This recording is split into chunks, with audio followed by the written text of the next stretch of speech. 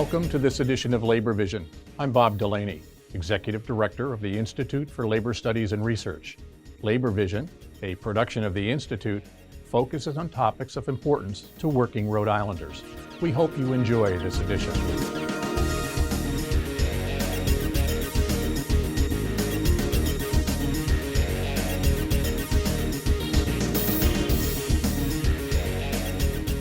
Hello and welcome to Labor Vision, the at-home edition. I am your host, Erica Hammond from the Institute for Labor Studies and Research. And joining me today to talk about an amazing opportunity for organizations and community members across Rhode Island is United Way of Rhode Island's Jen Remis and Brooke Havens. Thank you so much for joining us, ladies. Hello, thanks for having us. Welcome back on Labor Vision too. Even though it's the at-home edition, I know this is both of your second time being on here, so welcome back. Thank you. I'm thrilled to be here. So I know that this year is going to be the second annual 401 Gives event. And I know that last year was a huge success. So can one of you just start by explaining what 401 Gives is, what the event is, for those who either missed the event last year or missed the segment last year? Great. Thanks so much, Erica. We're so happy to be here to talk about this initiative. Last year was our first effort with 401 Gives, and it was a huge success. I'm going to let Jen tell you about some of those numbers in a minute. But what we wanted to do at United Way was deepen the culture of philanthropy in our state. We know that people want to give. We know that sometimes they have a hard time connecting with local nonprofits, and we know those local nonprofits have a hard time finding new donors. So we wanted to help facilitate and make some matches of great donors and great nonprofits. And so we created 401 Gives. We're modeling it after Days of Giving across the country. So we're not reinventing the wheel here. We have modeled this after other Days of Giving. We have contracted with a platform called GiveGab to help run the whole day. And effectively, it's a modern day telethon. So our hope is that nonprofits sign up, and then the 24-hour Day of Giving commences at 6 a.m. on 401, which is April 1st, coming up right around the corner. Right. And it goes until 6 a.m. on the following day. It's 24 hours. We're hoping that lots of people tune in, take that opportunity to give back to the nonprofits that have really moved mountains to keep us all stable and secure and strong this year. It's been quite a year, and our nonprofits really stepped up and shined. So we're hopeful that people will want to give back a little bit to this great Day of Giving, and it is truly a community statewide event. So we are, people can still sign up. Jen's going to tell us a little bit more about that in a minute. But our hope is at United Way of Rhode Island, we power this day, but we also participate in this day. We're also raising money for one of our initiatives at United Way, our 211 mobile outreach van. But at the end of the day, we just really believe in our nonprofit community and really want to give them that platform to stay strong now and long into the future. Absolutely. That's awesome. And can you tell us about what a big success last year was? Sure. Thanks for asking, Erica. So last year was brand new to us. Like Brooke said, we partnered with GiveGab. So we learned from other giving days, but we had no idea what it was going to be like. Courtney and Brooke said, let's have $1 million goal. And I was like, okay, we did it. You got to think big, right? We raised $1.3 million for 366 nonprofits throughout Rhode Island. So yeah, over 7,500 donors. And actually that was more than 10,000 gifts because donors can make multiple gifts to different nonprofits. So it was absolutely amazing. We had lots of trainings for the nonprofits to, kind of get them used to the idea of what 401 Gives was. It was all new to us as well. So yeah, we were very excited with that number and, hope to smash that number this year. It's incredible to me too that all of this was amidst a global pandemic, right? When a time when we're feeling so many people were feeling so down, and it was really a difficult time, especially I feel like at this point in April when things were really like, this is real and this is here. Yes. People came together, and it brought people together, I feel like, during a very, very separating and It was right on the beginning of the pandemic, and we had nonprofits calling and emailing. And at this point, I was mostly working from home saying like, is 401 Gives still on? And we talked about it briefly and we're like, yeah, definitely. You guys made it happen. Now more than ever, this is what is needed, because there were so many nonprofits having to canceling their events, which are Right. large for some nonprofits. That's their biggest fundraisers of the year. So yeah, it's, you know, even unfortunately now there's still not a lot of events going on. So this has Absolutely. actually replaced a lot of the fundraising events for nonprofits, and they're very happy about it. So Yeah, that's uh, awesome. yeah. Yeah. Can you talk a little bit too about, I know that there was a last minute option that was added last year, and it was really in response to COVID-19. What did that look like? Yeah, so last year we had a whole different campaign in mind, as everyone did, and it was pretty much this week last year when everything escalated so substantially. And so we pivoted at the last minute. And as some of the viewers may remember, United Way partnered with the Rhode Island Foundation this week last year to create the Rhode Island Response Fund to help support nonprofits as they had some significant needs that were scaling up very quickly.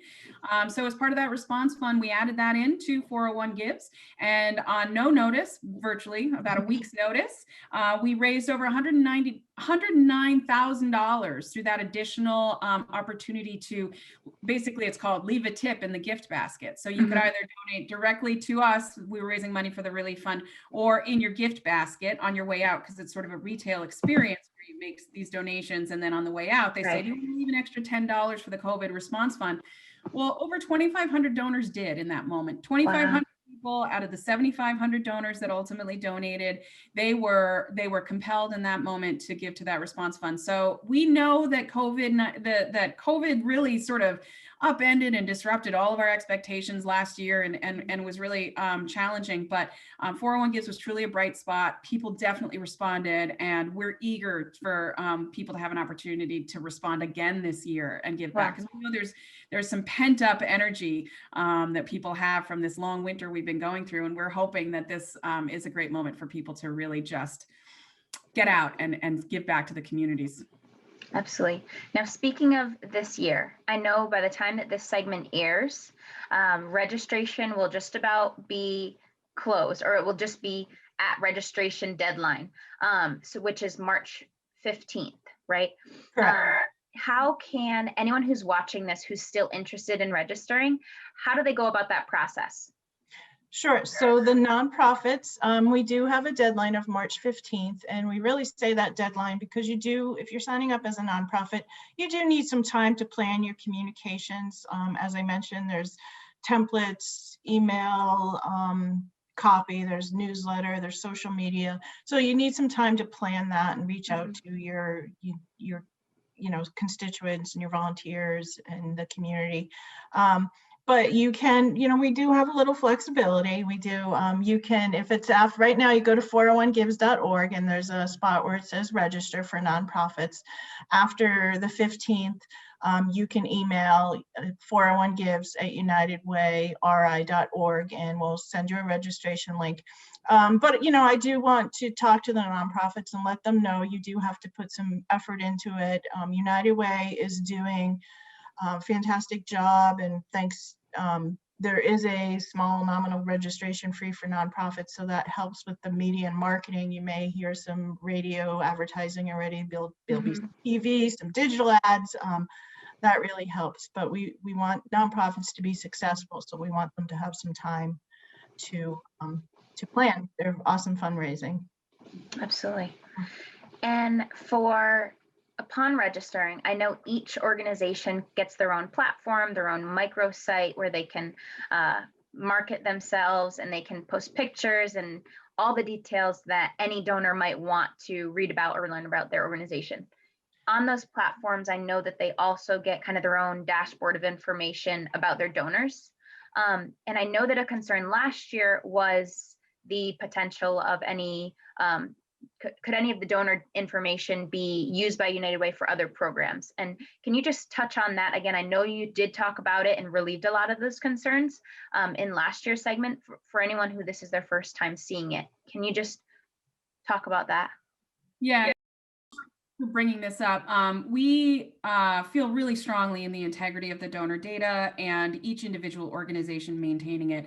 That's one of the reasons that we are contracting with an external third party. Everything will go through GiveGab. And so even though we're administering it, we don't have that back end access into all of the donors. It is a secure site. It's got all of the right protections that are needed. So we promise that only donors that donate to United Way will receive follow-up information from United Way, and donors that donate to any other organization should hopefully be receiving follow-up communications from those individual organizations.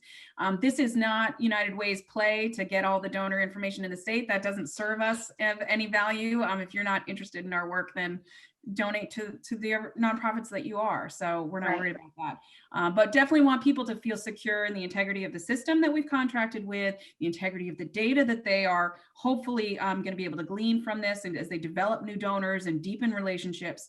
And so want people to feel really confident in that. That's good. And now, can you guys tell me anything about some of the organizations that have already registered? Oh my God, how long do you have? We could go all day. We're so excited. We've got about 350. Jen, have we crossed the 350 threshold We're yet? 350 right now, yes. 350 on the nose Wow. this morning. There's the final word from Jen. And it runs the gamut. I mean, it is everything from animals to advocacy to education to the arts to veterans affairs, disability services, youth poverty, anti-racist work, anything you want to support, it's out there. It's on 401 Gives.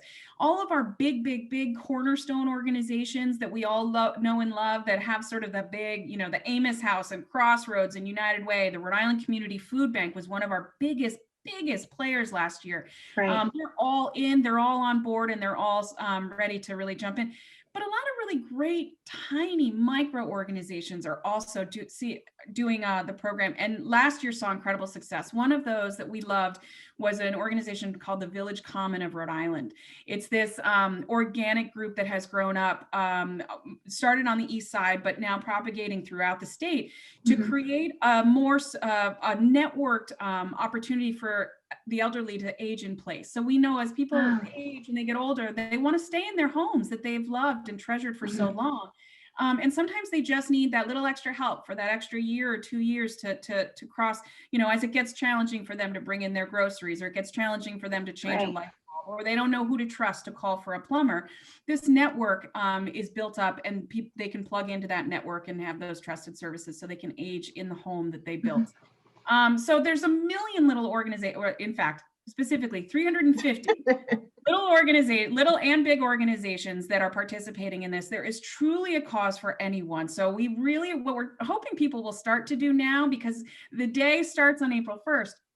But the website's live. You can go out to 401gives.org on any day and just start searching. You can search by cause. So you can go in and search for animal organizations or arts organizations, or you can also search by geography. So if you want to support organizations in Westerly or Woonsocket, you can go in and type that in.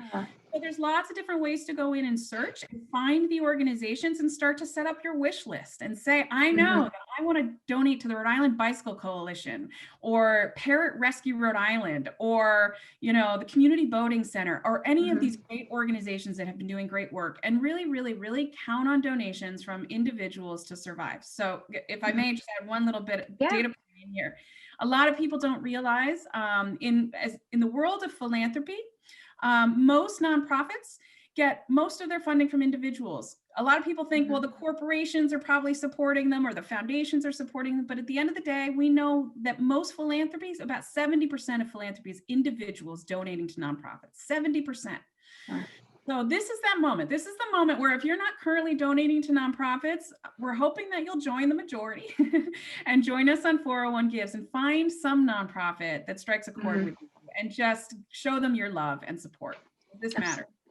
That was something that I really loved about last year's 401 Gives, is not only did it give me an opportunity to support some of the organizations that I love, but also it gave me the opportunity to learn about organizations like the one you just mentioned, to be able to learn, wow, there's groups that are doing this, or there's so many organizations that you don't know about if you're not looking for it. And I thought that was really exciting because I just found myself falling down a rabbit hole of reading about these organizations. Yeah. I don't get involved in every single one. You can't, but you can support every single one if you have the means to. And something else that I really loved, Labor Vision just had on United Way of Rhode Island CEO Courtney Nicolato, and she explained something really awesome that she does with her kids and has them go on. They get a little donation that they're able to share with an organization. She has them go on and look through the different organizations and read about what they really feel most passionate about supporting. And I thought that was an awesome way to teach young Rhode Islanders how to support things that you really feel strongly about and things that you are really passionate about, which is really exciting. So that's a really cool thing for that. If people have the means to do so, take the opportunity to do that on 401 Gives. So another question that I had is, how can people, I know that people are still have the ability to register.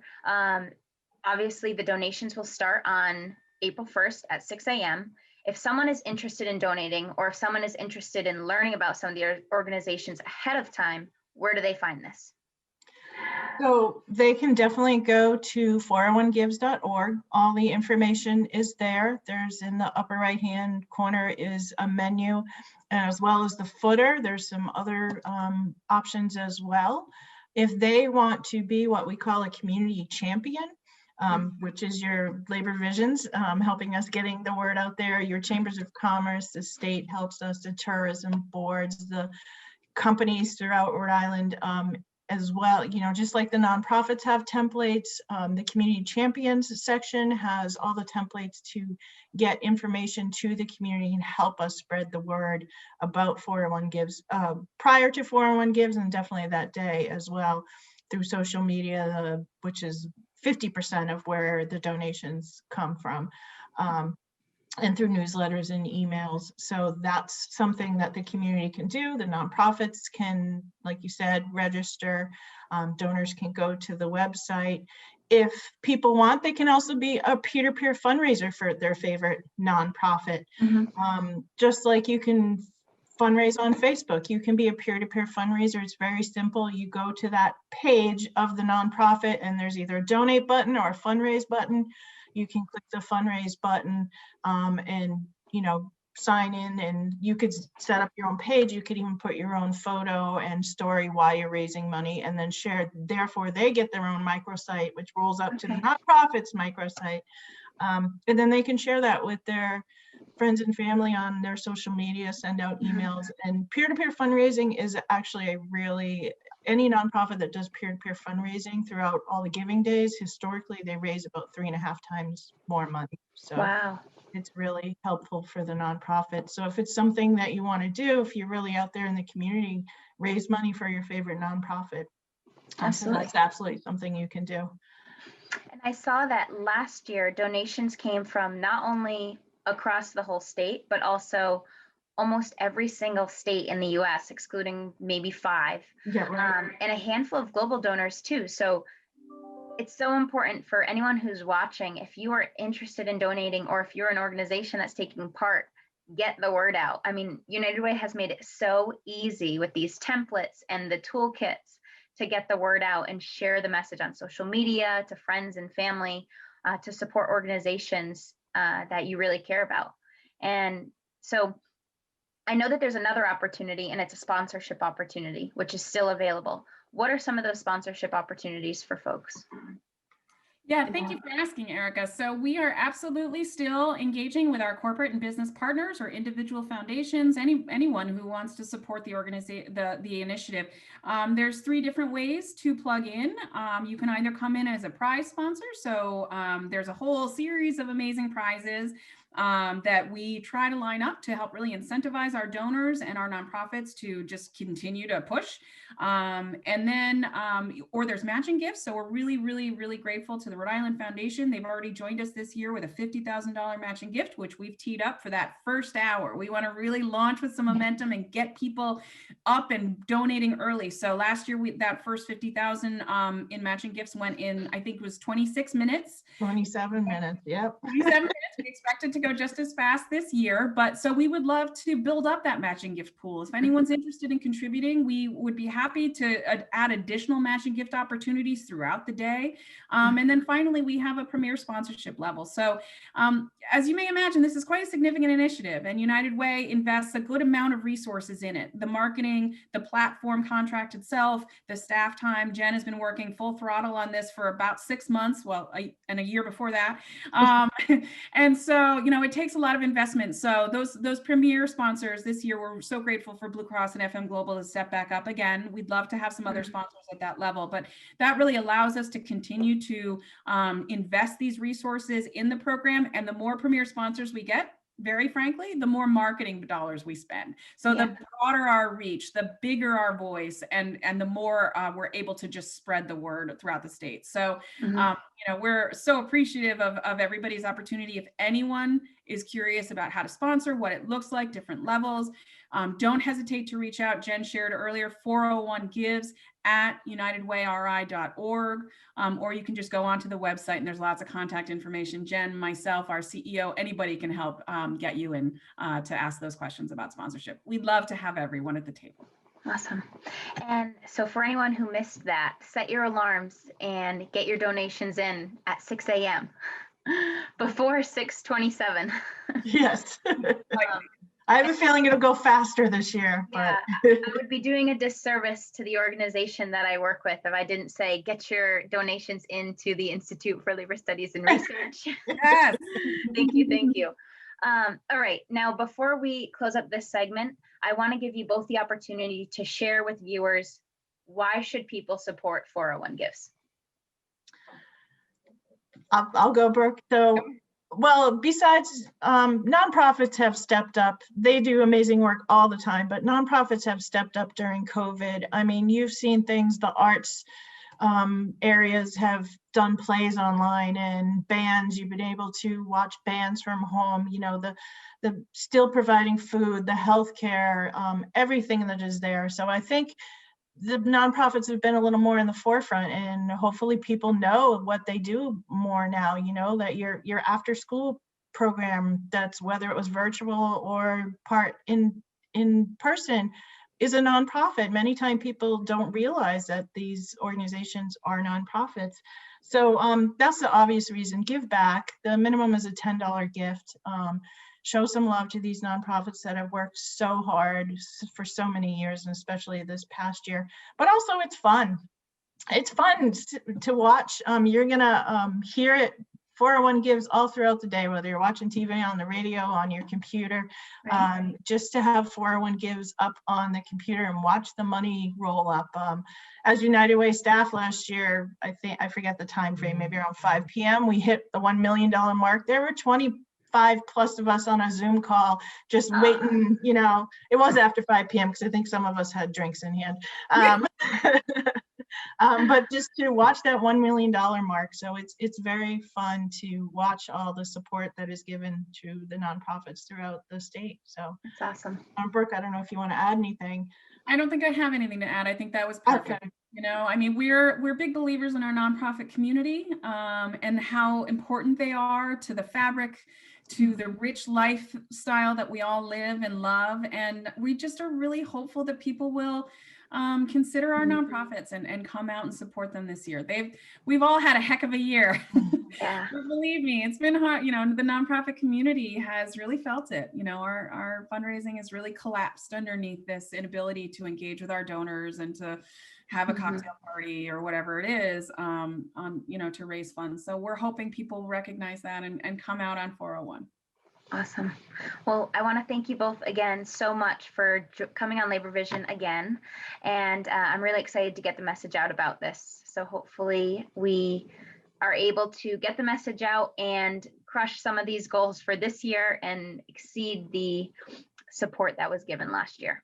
Thank you so much, Erica. All right. For those of you who are watching from home, you're watching Labor Vision. And in case you missed any of this segment, make sure you check it out on our website. We're talking about 401 Gives. And make sure you show up for your organizations that you really, really care about and want to support on April 1st, starting at 6 a.m. So thank you so much for watching, and we hope you have a great night. Thank you for joining us for this edition of Labor Vision. We appreciate your input and encourage your comments. Labor Vision can be seen on this channel 3 times each week, Tuesday at 7 p.m., Thursday at 8 p.m., and Saturday at 5 p.m.